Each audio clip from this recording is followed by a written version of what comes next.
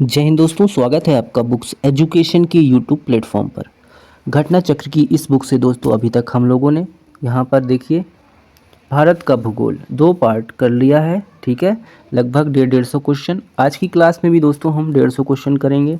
भारत की जो मिट्टी है, फसल है, कृषि है, ठीक है, अन्य चीज़ें जो है कृषि क्षेत्र से संबंधित भूगोल है। ठीक है, 100 क्वेश्चन होगा, बहुत इंपॉर्टेंट होगा दोस्तों। RRB, NTPC, RPF constable, SI, ALP technician सभी एग्ज़ाम के लिए बहुत ही इम्पॉर्टेंट है। इस टॉपिक से दोस्तों क्वेश्चन बनता ही बनता है। चलिए स्टार्ट करते हैं तीसरा पार्ट।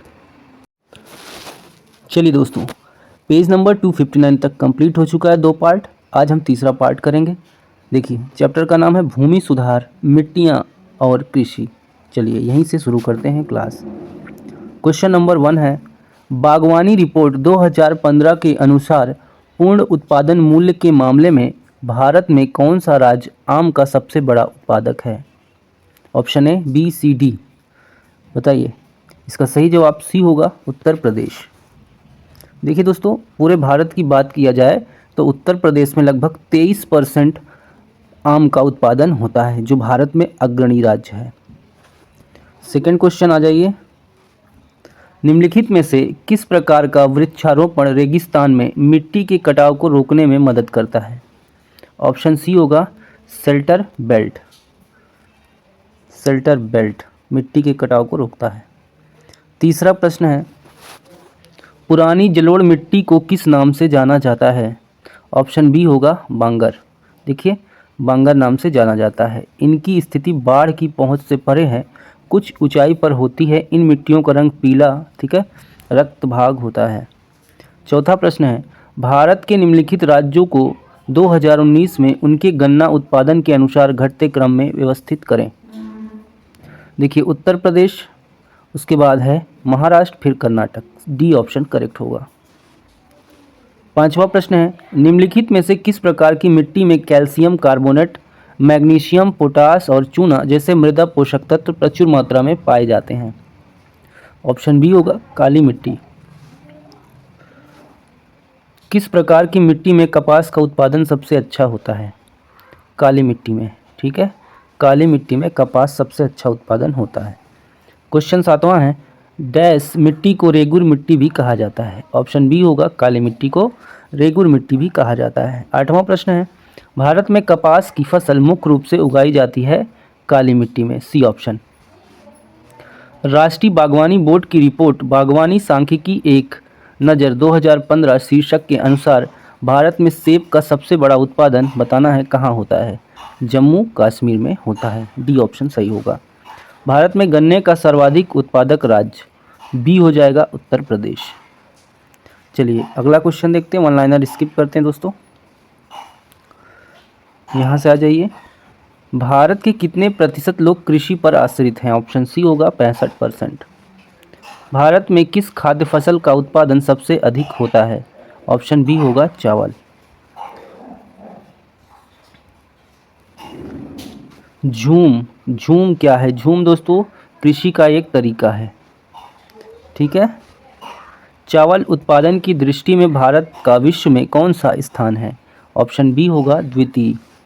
23 डिग्री सेल्सियस मासिक तापमान और लगभग 150 सेंटीमीटर औसत वर्षा वाले क्षेत्रों में सर्वोत्तम फसल किसकी होती है? ऑप्शन बी होगा सी, चावल की।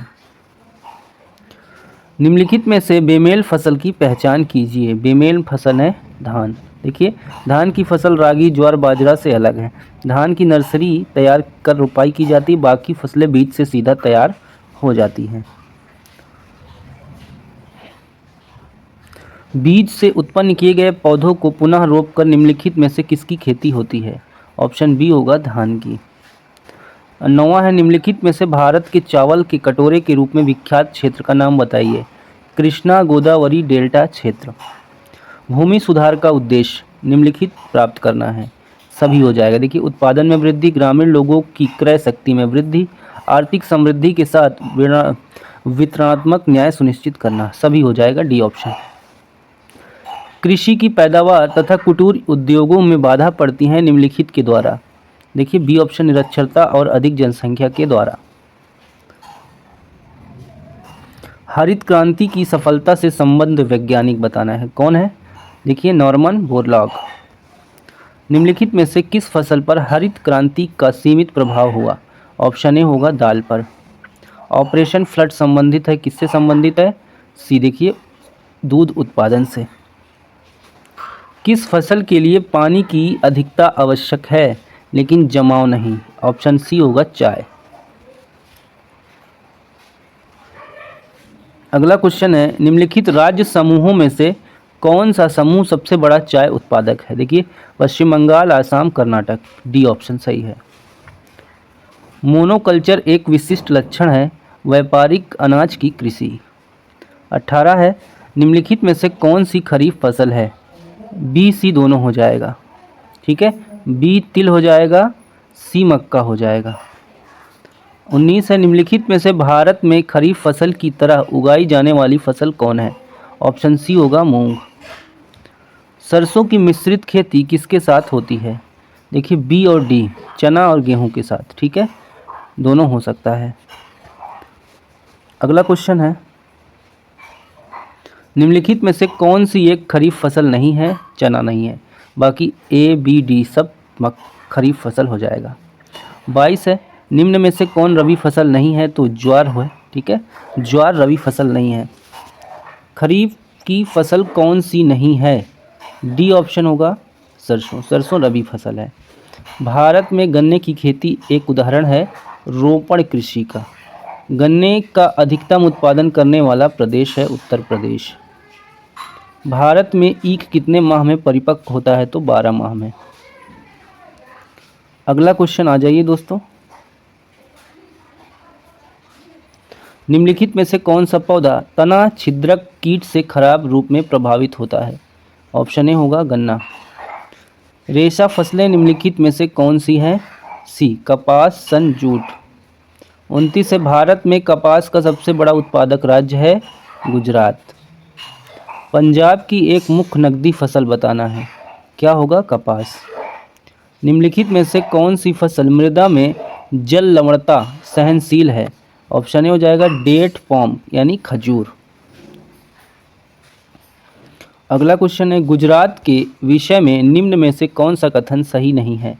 यहाँ पे देखिए स्टार लगा है, कंफर्म नहीं है क्वेश्चन, आप दोस्तों कमेंट करके बताइए। 33 है, निम्नलिखित में से सर्वाधिक तंबाकू उत्पादन करने वाले दो राज्य कौन हैं? आंध्र प्रदेश और गुजरात।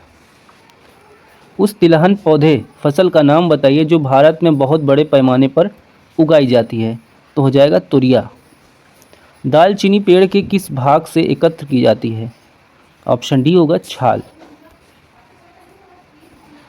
आगे आ जाइए, 36 है, किस पेड़ से हम कुनैन प्राप्त करते हैं? सिनकोना पेड़ से। चलिए ये क्वेश्चन देखिए, 37 है, दो सूची दिया है, फर्स्ट सेकंड मिलान करना है। मसूर दलहन, ठीक है। काली मिर्च का क्या होगा दोस्तों? मसाला हो जाएगा आपका तीसरा ऑप्शन। सरसों तिलहन हो जाएगा तेल। केसर क्या हो जाएगा? सुगंध, ठीक है। अगला ऑप्शन आपका पहला सही हो जाएगा ए। भारत में गुलाब के बड़े पैमाने पर उत्पादन कहाँ होता है? गुलाब का उत्पादन अजमेर की पुष्कर घाटी में होता है। अजमेर कहाँ है? राजस्थान। चलिए 39 से, भारत का कौन सा राज्य केसर का सबसे बड़ा उत्पादक राज्य है? जम्मू कश्मीर में सबसे ज़्यादा केसर होता है, सबसे बड़ा उत्पादक राज्य भी हो जाएगा। चलिए अगला क्वेश्चन पे आते हैं, निम्नलिखित में से कौन सा पौधा देखिए मद्रुवृद्ध है? इसका ऑप्शन सी होगा बबूल का। कॉफ़ी किस क्षेत्र का पौधा है? कॉफ़ी उष्णकटिबंधीय झाड़ीदार, ठीक है। अगला है 42, निम्नलिखित में से किस जिले में कॉफ़ी की पैदावार सबसे अधिक होती है? कुर्ग में। भारत में कॉफ़ी सबसे अधिक किस जगह उगाई जाती है? तो डी होगा कर्नाटक। लाल मिर्च के उत्पादन में कौन सा राज्य अग्रणी है? आंध्र प्रदेश।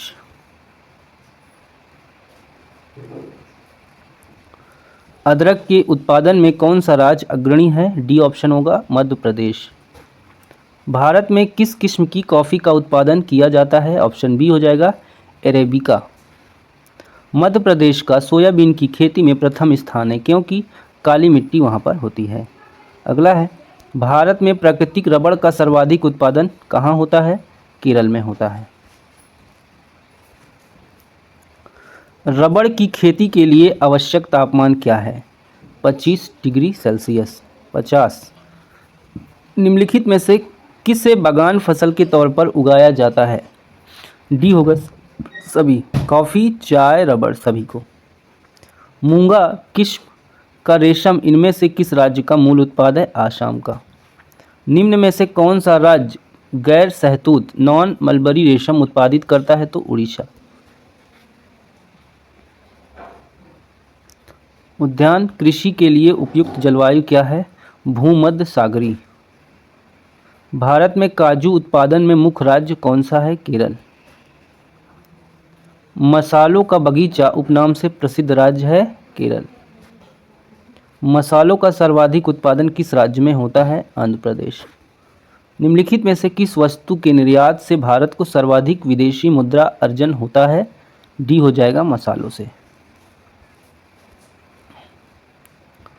देखिए जूट कहाँ होता है? जूट दोस्तों बंगाल के डेल्टा क्षेत्र में होता है। निम्नलिखित में से कौन एक कारण पश्चिम बंगाल क्षेत्र में जूट की खेती पर अधिक ध्यान देने के कारण से नहीं है? डी हो जाएगा पूंजी की उपलब्धता। 60। इनमें से कौन गेहूं फसल के संदर्भ में सही है? अक्टूबर नवंबर में बोया जाता है, मार्च में काटा जाता है। ठीक। निम्नलिखित में से किस फसल में बुआई और कटाई के बीच सर्वाधिक अंतराल होता है? गन्ना।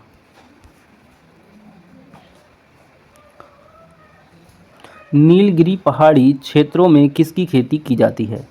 चाय की। इनमें से कौन सा सही नहीं है? चना खरीफ फसल, ये सही नहीं है।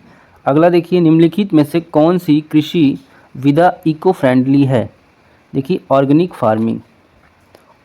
65 है निम्नलिखित कृषि कार्यप्रणालियों में से कौन सी एक पारिस्थितिक मित्र है? ए हो जाएगा कार्बनिक खेती। निम्नलिखित में से किसकी खेती पौधे के प्रत्यारोपण से की जाती है? प्याज। अगला क्वेश्चन आ जाइए। भारत में गेहूं का सबसे बड़ा उत्पादक राज्य उत्तर प्रदेश। निम्नलिखित में से कौन सा राज्य गेहूं की खेती नहीं करता? तमिलनाडु। निम्नलिखित में से कौन सा राज्य गेहूं की खेती करता है? सभी। देखिए कर्नाटक, महाराष्ट्र, पश्चिम बंगाल। दो सूची दिया है, देखिए बीमारी और फसल। कौन सी बीमारी किस फसल में होती है? ब्लैक रस्ट गेहूं में। ठीक है। अगला है बी का पहला हो जाएगा स्टेम रस्ट हो जाएगा चावल में। हाइट रस्ट कहाँ होगा दोस्तों?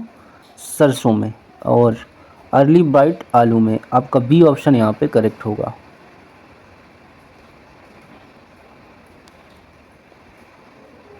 निम्नलिखित में से कौन सा राज्य मूंगफली का सबसे बड़ा उत्पादक है? गुजरात। भारत में कौन सा राज्य सेब का सर्वाधिक उत्पादक है? जम्मू कश्मीर। भारत में खाद की सर्वाधिक खपत किस राज्य में होती है? पंजाब में। मिट्टी के कटाव का मुख्य कारण बताना है। ए हो जाएगा जंगलों को काटने से। मृदा क्षरण निम्नलिखित द्वारा रोका जा सकता है। तो ए हो जाएगा अच्छे पेड़ पौधे लगाकर। मृदा संरक्षण में वेदिकाकरण निम्नलिखित में सहायता करती है पहाड़ी क्षेत्रों में। किस प्रकार की मिट्टी में कार्बनिक पदार्थों की अधिकता है? जलोढ़ मिट्टी में हो जाएगा। भारत में सबसे अधिक कौन सी मिट्टी पाई जाती है? जलोढ़ मिट्टी। निम्नलिखित में से सबसे अधिक उपजाऊ भूमि कौन सी है? जलोढ़ मिट्टी। निम्नलिखित में से लेटराइट मिट्टी कहाँ पाई जाती है? उपयुक्त सभी, तमिलनाडु, कर्नाटक, उड़ीसा सभी राज्यों में। अगला क्वेश्चन देखिए, कपास की खेती के लिए किस प्रकार की मिट्टी चाहिए? रेगड़ मिट्टी चाहिए। भारत में काली मिट्टी का क्षेत्र कहाँ तक सीमित है? मध्य दक्षिणी क्षेत्र तक। कहाँ काली मिट्टी नहीं पाई जाती है? पश्चिम बंगाल में। निम्न में से किस मिट्टी को सबसे कम जोतने की आवश्यकता है? काली। आगे आइए दोस्तों। निम्न में से किस राज्य में जलोढ़ मिट्टी नहीं पाई जाती? मध्य प्रदेश में। निम्नांकित कथनों पर विचार करें। 1 2 3 4। यहाँ पे बी वाला देखिए, पहला दूसरा। जलोढ़ मृदा रासायनिक गुणधर्मों में समृद्ध होती है और रबी व खरीफ फसलों को उगाने में सक्षम है। काली मिट्टी कपास मूंगफली के लिए उत्पादक उपयुक्त होती है। 1 2 सही है। आगे आइए, सिंधु गंगा के मैदान की नई जलोढ़ मिट्टी किस नाम से जाना जाता है? ऑप्शन ए हो जाएगा खातर। जल और पवन द्वारा ऊपरी मृदा का पृथक्करण क्या कहलाता है? मृदा अपरदन। मिट्टी और पत्थर के टुकड़ों का पहाड़ी की तल की ओर गमन क्या कहलाता है? ऑप्शन ए होगा मृदा अपरदन ए। अगला है, मिट्टी की रचना सामान्यतः निम्नलिखित प्रक्रिया द्वारा होती है तो निक्षेपण द्वारा। देखिए ग्रुप डी में पूछा गया क्वेश्चन है, भारत में कौन सा राज्य कपास का अग्रणी उत्पादक है? गुजरात। डैश का, देखिए कपास का अग्रणी उत्पादक अभी पढ़ा गुजरात।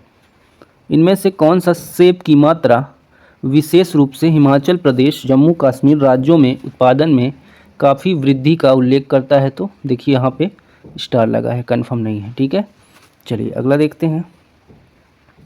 वह प्रक्रिया जिसके द्वारा जल रिस कर भूमि में प्रवेश करता है क्या कहलाता है?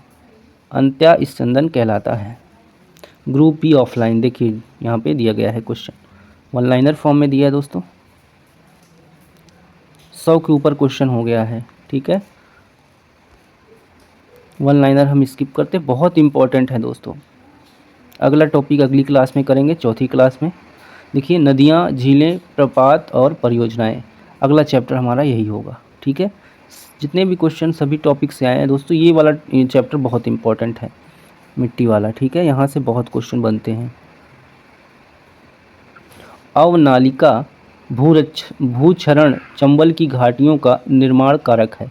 मूंगफली का सबसे बड़ा उत्पादक गुजरात। गेहूं का सबसे बड़ा उत्पादक राष्ट्र चीन हो जाएगा। मूंगफली नकदी फसल है। रेशम का सर्वाधिक उत्पादन कर्नाटक। देखिए महाराष्ट्र में सबसे ज़्यादा हल्दी की पैदावार होती है। शीतकालीन फसल रबी फसल रहते हैं। मध्य प्रदेश में दाल का सबसे ज़्यादा उत्पादन होता है। अगला देखिए पॉइंट, आंध्र प्रदेश की प्रमुख खाद्यान्न फसल चावल है। मशरूम अनुसंधान निदेशालय सोलन हिमाचल प्रदेश में है। कैक्टस पौधा रेगिस्तान में आसानी से उग जाता है। आलू को कंद फसल में वर्गीकृत किया जा सकता है। नासिक शहर अंगूरों की पैदावार प्रसिद्ध है। कुफरी चमककार आलू की प्रजाति है। देश में कुल कृषि योग्य क्षेत्र का सर्वाधिक भाग चावल की कृषि होती है। रॉयल सीमा एक सूखाग्रस्त क्षेत्र है। फसल के हित में न्यूनतम समर्थन मूल्य सरकार द्वारा घोषित किया जाता है, एमएसपी जिसको कहते हैं। अगला देखिए, मिट्टी की उर्वरा शक्ति का संरक्षण फसल आवर्तन का मुख्य लाभ है। नारियल फसल को बगान फसल माना जाता है। कृषि प्रधान भूमि के इकाई के अनुसार अभिव्यक्ति व्यक्तियों की संख्या कृषि घनत्व कहते हैं।